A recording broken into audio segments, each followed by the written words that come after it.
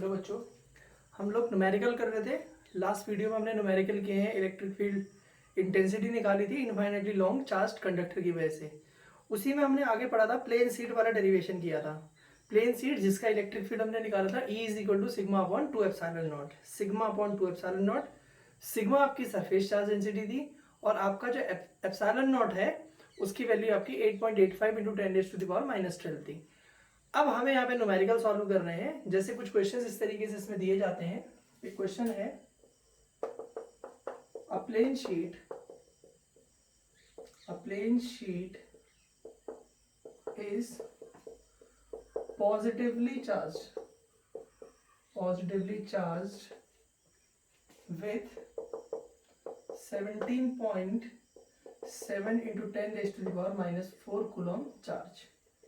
एक plane sheet है आपके पास, जैसे मैंने आपको पहले भी क्वेश्चंस करवाए थे। सपोज आप यही ले लीजिए कि आपके पास एक इस तरीके से प्लेन शीट है, इसमें चार्ज डिस्ट्रीब्यूटेड है। कितना चार्ज डिस्ट्रीब्यूटेड है इसमें? 17.7 इंटू 10⁻⁻4 कूलम चार्ज है ऑफ सरफेस एरिया। इसका जो सरफेस एरिया है, सरफेस एरिया 200 मीटर स्क्वायर। ये क्वेश्चन दे दिया कि कोई प्लेन शीट है, उसमें चार्ज का डिस्ट्रीब्यूशन है और उसका जो सरफेस एरिया है वो आपका 200 मीटर स्क्वायर है। अब इसमें आगे बढ़ते हैं तो ये देखिए, कैलकुलेट इलेक्ट्रिक फील्ड इंटेंसिटी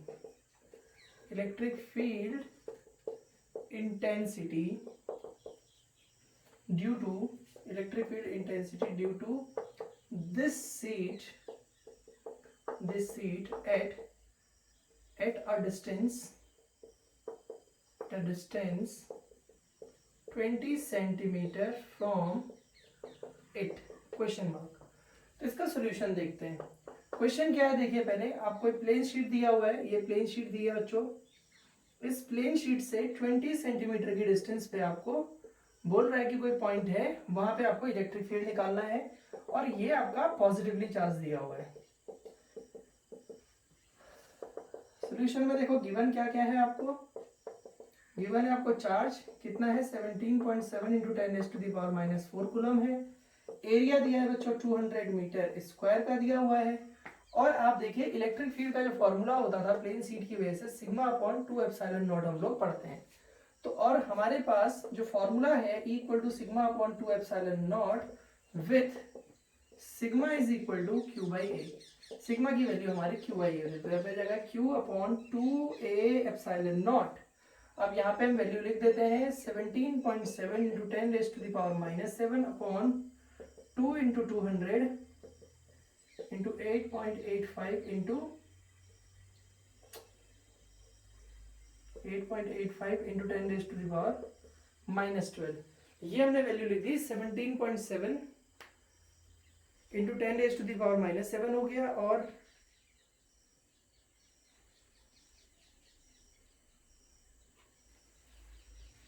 इसको सॉल्व कर लेंगे हम लोग, ठीक है। इसको कैलकुलेट आप लोग कर लें तो क्या हो जाएगा, 2 टाइम्स कैंसिल हो जाएगा शायद। 8 टू जा 16 अप्रोक्सीमेटली 2 टाइम्स कैंसिल हो जाएगा आपसे। ये देखिए, ये 2 से 2 कैंसिल हो जाएगा आपका। ये 10⁻⁻7 है, ये ऊपर चला जाएगा तो 10⁻12 हो जाएगा अपॉन यहाँ पे बच्चों ये आ गया 200।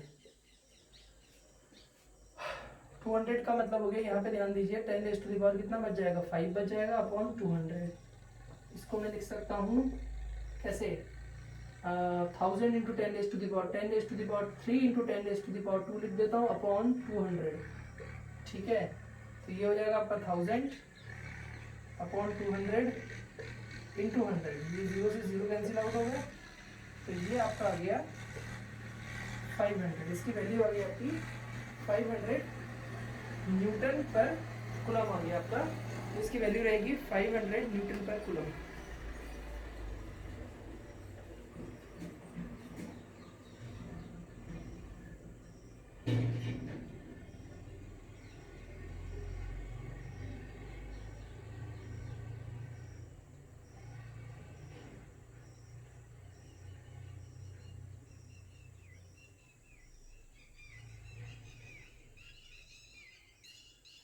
चलिए नेक्स्ट क्वेश्चन करते हैं।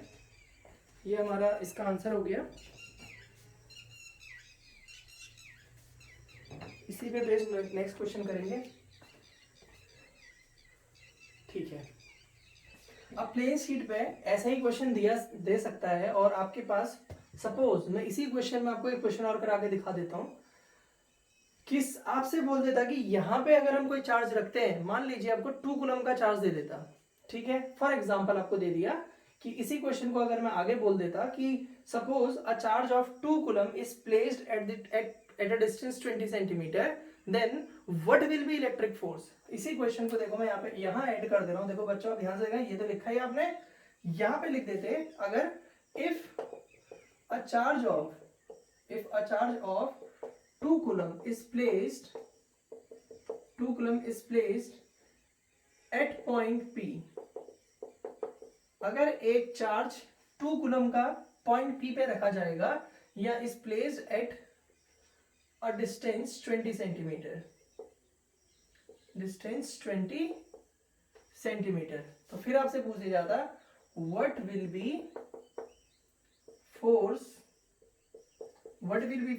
on particle due to plane sheet। इस सीट की वजह से आपका उस पॉइंट पे आपसे क्वेश्चन पूछा जा रहा है, if a charge of 2 coulomb is placed at a distance 20 centimetre, what will be force on the particle due to plane sheet. ये जो प्लेन शीट है इसकी वजह से यहाँ पे क्या होगा, सबसे पहले आपने क्या करना है, जैसे मैंने आपको यहाँ पे कराया क्यू से आप सबसे पहले इलेक्ट्रिक फील्ड निकाल लेंगे। ये तो इस पे डिस्ट्रीब्यूटेड चार्ज है ना, ये वाला जो चार्ज है आपका 17.7 इंटू 10⁻⁴ कूलम, वो शीट पे डिस्ट्रीब्यूटेड चार्ज है। इस पॉइंट पे जो चार्ज है आपका वो 2 कूलम है, ठीक है। तो अब क्या करना है, देखिए यहाँ पे बच्चे सोचेंगे कि भाई हम तो सीधे भी कर सकते हैं, लेकिन ऐसे नहीं होगा। अब इलेक्ट्रिक फील्ड निकाल लिया आपने, अब इलेक्ट्रिक फील्ड के फॉर्मूले से आप करेंगे इसको। देखिए नोट करिए जल्दी से, आगे बढ़ते हैं। अगर ये क्वेश्चन रहेगा आपका तो सोल्यूशन क्या हो जाता है, देखो आपके पास फॉर्मूला है E is equal to F upon q naught. एफ इज इक्वल टू कितना हो जाएगा, q naught E. Q naught वो चार्ज होता था जिसपे हम लोग फोर्स निकाल देते थे, वो चार्ज यहाँ पे रखा हुआ कितना है 2 कूलम, तो 2 इंटू आपके पास ये वैल्यू कितनी आ रखी है 500। देखिए 2 कूलम है और ये 500 न्यूटन पर कूलम है आपका, इसको कैंसिल आउट कर दोगे तो 1000 न्यूटन। 1000 न्यूटन का फोर्स एक्सपीरियंस करेगा जो पार्टिकल यहाँ पे रखा जाएगा। तो इसी टाइप का क्वेश्चन इसमें और आपको यहाँ पे इस तरीके से आपको थोड़ा सा ऐड करके क्वेश्चन दे सकता है, तो आपको उसको ये ध्यान रखना है कि आपसे क्वेश्चन पूछा क्या जा रहा है।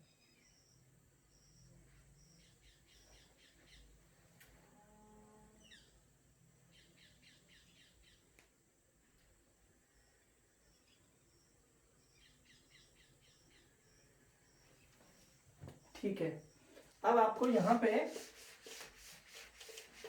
एक क्वेश्चन का मैं डिस्क्रिप्शन आपको पहले समझाता हूं। जैसे क्वेश्चन आप समझिए, जैसे मान लीजिए मेरा हाथ प्लेन शीट है, ये पॉजिटिवली चार्ज्ड है, मेरा हाथ एक प्लेन शीट है पॉजिटिवली चार्ज्ड है।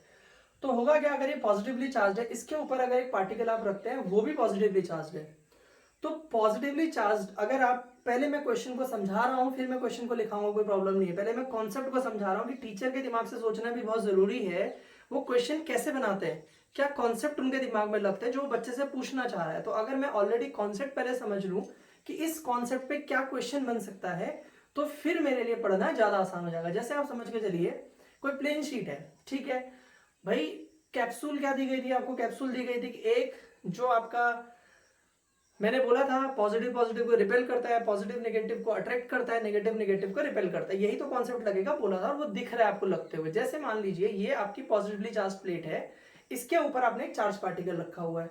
पॉजिटिवली चार्ज प्लेट के ऊपर अगर चार्ज पार्टिकल आप रख रहे हैं, वो चार्ज पार्टिकल भी अगर पॉजिटिव है, आप मेरी बात समझना, अगर आपके पास ये पॉजिटिवली चार्ज कोई प्लेट है, इसके ऊपर अगर आपने एक पार्टिकल रखा है वो पॉजिटिवली चार्ज है, अब उस पार्टिकल के पास अगर उसका मास होगा बच्चों, ऑब्वियस सी बात है mg होगा, तो mg इसको वर्टिकली कहां गिराएगा, डाउनवर्ड गिराएगा। लेकिन एक इसमें फोर्स लगेगा आपका F इज इक्वल टू, जिसको हम लोग बोलते हैं QE, तो वो फोर्स क्या करेगा, इसका अपोज करेगा। तो ये हवा में लटक सकता है। जैसे अगर कोई पार्टिकल का मास m है तो mg उसको वर्टिकली डाउनवर्ड गिराएगा, लेकिन अगर उसके पास क्या होता है, अगर उसके पास अब वो चार्ज है तो वो क्या, ये पॉजिटिव इस पॉजिटिव को रिपेल करेगा, कितने फोर्स है, F equal to q E. लेकिन इलेक्ट्रिक फील्ड का फॉर्मूला लगेगा आपका ये वाला प्लेन शीट वाला, और वो कितना होता है सिग्मा अपॉन 2 एप्सिलॉन नॉट। तो F इज इक्वल टू कितना हो जाएगा आपका, देखिए अगर इस टाइप का आपसे कोई क्वेश्चन पूछा भी जाए तो आप इसको ऐसे भी कर सकते हैं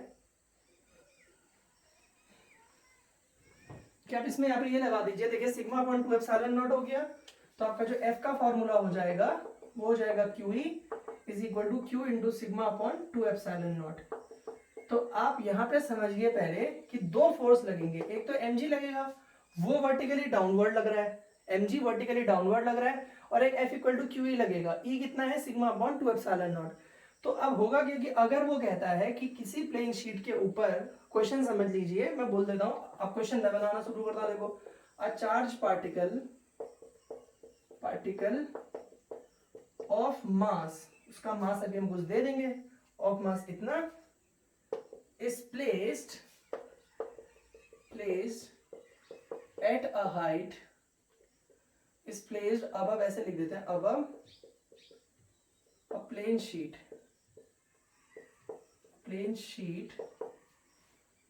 having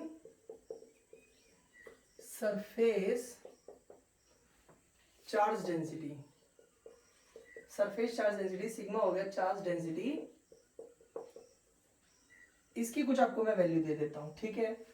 मैंने कहा कि कोई मेरे पास एक प्लेन शीट है जिसके पास सरफेस चार्ज डेंसिटी सिग्मा की वैल्यू मैंने आपको दे दी, और मैंने बोला कि उसके ऊपर एक चार्ज रखा हुआ है।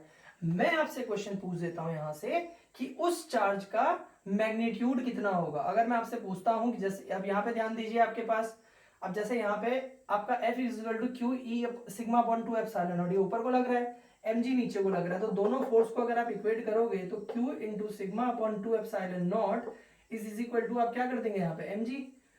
तो देखिए कितना आसान सा क्वेश्चन हो जाएगा यहाँ पे, अगर आप इसको देखने में आते हैं तो कितना क्वेश्चन इजी हो जाएगा कि आपने देखा एक तो इसके पास लग रहा है आपका कौन, इसका एक तो आप देखिए यहाँ पे ध्यान से समझना, आपको Q पूछ रहा है, M वो मैंने कहा मास में दे देता हूं, मान लीजिए मैंने कुछ भी लिख दिया 5 into 10 raise to the power -5 kg लिख दिया यहाँ पे, पार्टिकल का मास मेरे हाथ में मैंने कुछ भी लिख दिया, मैंने कहा एक चार्ज पार्टिकल है जिसका mass 5 into 10 raise to the power -5 kg है, इस placed above a plane sheet having charge density, इसको भी कुछ भी लिख देता हूं मैं, लो इसको लिख दें 2 into 10 raise to the power -16, क्या हो जाएगा charge density sigma is equal to Q by A होता है बच्चों, तो कूलम पर मीटर स्क्वायर, ठीक है। मैंने आपको सिग्मा भी दे दिया यहाँ पे।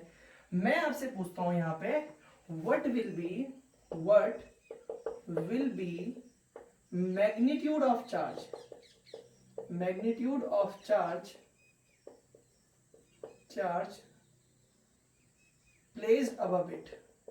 placed above it to remain in equilibrium। तो देखो इस तरीके से, इस मेथड से आपको पढ़ने से क्या फायदा होता है। कुछ बच्चे सोचेंगे कि सर क्या कर रहे हैं, पहले समझा रहे हैं फिर क्वेश्चन लिख रहे हैं। बच्चों आप इससे सीख क्या जाते हैं, आपको ये समझ में आ गया कि इस कॉन्सेप्ट पे क्वेश्चन हो सकता है, क्वेश्चन का सोल्यूशन तो कॉन्सेप्ट पे ही होगा, तो आपको ये तो समझ में आ गया कम से कम कॉन्सेप्ट होगा। क्योंकि अक्सर क्या होता है सीबीएसई आजकल इस टाइप के क्वेश्चन भी पूछ दे रहा है, जैसे उसने क्या कर देना है आपको ये बोल देगा कि भाई क्या रिलेशन होगा, आप एक प्लेन शीट है उसके ऊपर चार्ज पार्टिकल रखा हुआ है, आपका उसमें रिलेशन बता दीजिए कि चार्ज का फॉर्मूला क्या होगा। तो ये जो मैं आपको करा रहा था यहाँ पे, यही तो फॉर्मूला निकल के आएगा। अब आप देखिए इसको मैं बेहतरीन तरीके से दोबारा से करवाता हूँ। आप क्या कहेंगे, आप बोलेंगे कि भाई एक प्लेन शीट है, ठीक है, ये प्लेन शीट है, इसके ऊपर आपने एक पार्टिकल रखा है, तो पार्टिकल में mg नीचे की तरफ को लगेगा, यहां से F इज इक्वल टू कितना लगेगा QE, F equal to QE लगेगा, और mg क्यू E की वैल्यू कितनी होती है सिग्मा अपॉन 2 एप्सिलॉन नॉट। तो आप बोलेंगे सोल्यूशन इसका क्या बोलेंगे, आप देखिए आप बोलने वाले हैं कि एक तो F इक्वल टू mg लग रहा है और एक आपका F इक्वल टू QE लग रहा है, तो QE किसके इक्वल हो जाएगा बच्चों, आपका mg के इक्वल हो जाएगा। तो QE की वैल्यू कितनी है आपकी sigma upon 2 epsilon naught is equal to mg हो गया, तो यहाँ से Q की वैल्यू कितनी आ जाएगी आपकी 2 epsilon not upon sigma into mg। अब आप ध्यान से समझिए, सब कुछ तो आपको दिया हुआ है, m की वैल्यू दी हुई है, सिग्मा आपको दिया हुआ है, g आप लोग जानते हैं 9.8 होता है, तो 2 इंटू एप्सिलॉन कितना होता है 8.85 into 10 raise to the power -12 upon 2 into 10⁻⁻16, इसकी वैल्यू मैंने लिख दी सिग्मा की, और इंटू एम कितना होता है 5 इंटू 10⁻⁻5 इंटू, और जी की वैल्यू होती है आपकी 9.8। बस इसको कैलकुलेट करिए आप तो आंसर आ जाएगा आपका। तो इस टाइप के क्वेश्चन पे आप इसको जल्दी से खुद से कैलकुलेट कर लीजिए। इस टाइप के कॉन्सेप्ट पे बेस्ड भी आपके क्वेश्चंस रहते हैं। तो आपका सीबीएसई में जो बोल रहा हूँ इस टाइप का फॉर्मूला भी पूछ सकता है। देखो ये ध्यान से समझना, ऐसा ये रिलेशन कि कोई प्लेन शीट है, उस प्लेन शीट के ऊपर कोई चार्ज पार्टिकल रखा हुआ है, उसका मास ये है, तो व्हाट विल बी चार्ज। तो सिंपल ये फॉर्मूला, ये रिलेशन भी पूछ देगा आपसे, तो आप इसको कर लीजिए, जल्दी से कैलकुलेट करो। कैलकुलेशन खुद से करिए आप। एक क्वेश्चन मैं और करवा रहा हूँ उसके बाद।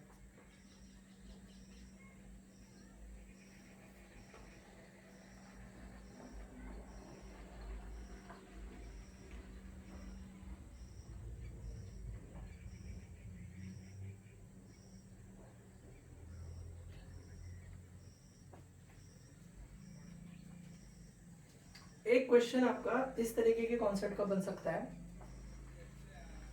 फिर मैं पहले आपको किस कॉन्सेप्ट पे क्वेश्चन बन सकता है वो समझाता हूँ। वैल्यूज हम कुछ भी लिख देंगे, कैलकुलेशन भी हम कर लेंगे। कैलकुलेशन करना, वैल्यू रखना कोई बहुत बड़ी बात नहीं है, पर जरूरी है कि कॉन्सेप्ट समझ में आए। क्वेश्चन कैसे टीचर पूछ सकते हैं, सीबीएसई कैसे क्वेश्चन आपसे पुट कर सकता है, वो कॉन्सेप्ट क्लियर होने बहुत जरूरी है, क्योंकि ऐसे क्वेश्चन बहुत ज्यादा पूछे जा रहे हैं। आप इसी साल 2020 का जो फिजिक्स का पेपर हुआ था आपने देखा होगा, बहुत सारे कॉन्सेप्चुअल क्वेश्चन पूछते हैं। तो यहाँ पे क्वेश्चन देखिए, आपको मैं एक चीज समझाता हूँ। पहले क्वेश्चन लिखने से पहले मान लीजिए ये कोई प्लेन शीट है बच्चों, ठीक है। ये जो आपकी प्लेन शीट है पॉजिटिवली चार्ज्ड है, ठीक है। ये प्लेन शीट आपकी एक्स वाई प्लेन में रखी हुई है। सपोज इसका प्लेन है एक्स वाई, सपोज ये मेरा हाथ एक्स वाई प्लेन है, ठीक है। तो इसकी जो डायरेक्शन होगी वो इसकी डायरेक्शन परपेंडिकुलर होगी एक्स वाई के। तो इस हाथ के परपेंडिकुलर आप बैठे हुए हैं, आप कहाँ हैं, जेड एक्सिस में। ये आपकी तरफ जो आ रही है दिस इज जेड एक्सिस, और ये मेरा हाथ कौन से प्लेन में है, एक्स वाई प्लेन में, ठीक हो गया। तो जो आपकी डायरेक्शन होगी एक्स वाई प्लेन अगर ये है, तो इसकी जो डायरेक्शन होगी वो एक्स वाई के परपेंडिकुलर होगी, ठीक है। अभी 2D बोर्ड है तो मैं ऐसे ही बना देता हूँ। यहाँ पे सपोज मैंने कहा जेड एक्सिस है, तो ऑब्वियस सी बात है आपको जो इस एरिया की डायरेक्शन होगी, इसके एरिया की डायरेक्शन क्या होती है, पहले पढ़ाया था एरिया वेक्टर वाला डेरिवेशन, तो उसमें पढ़ाया था एरिया की डायरेक्शन एरिया वेक्टर के परपेंडिकुलर होती है। तो this is the direction of area vector.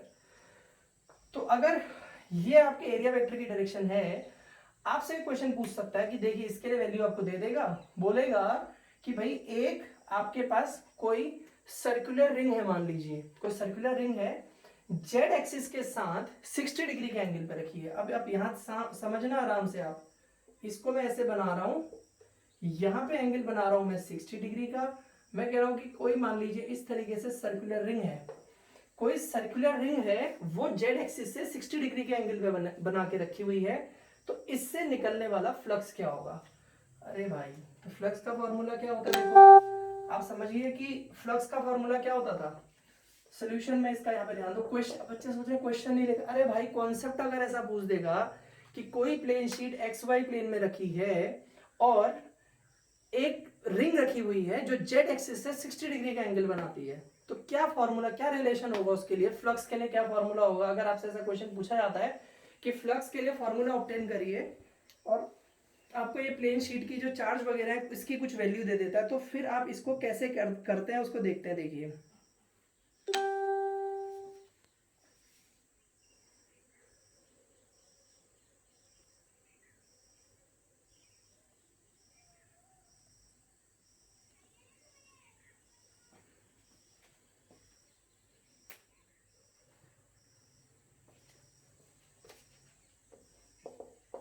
a large plane sheet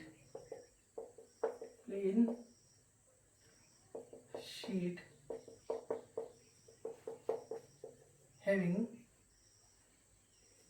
charge density 5 into 10⁻⁻16 coulomb per meter square is placed in xy plane, आपको क्या दे दिया कि भाई आपके पास एक प्लेन शीट है जो एक्स वाई प्लेन में रखी है, उसके लिए आपको चार्ज डेंसिटी दे दी है। इसमें लिखेंगे find electric flux through a circular ring of radius 0.1 meter placed at an angle 60 degree. Placed at an angle 60 degree with z axis. ठीक है, सोल्यूशन. अब देखिए फ्लक्स निकालना है आपने.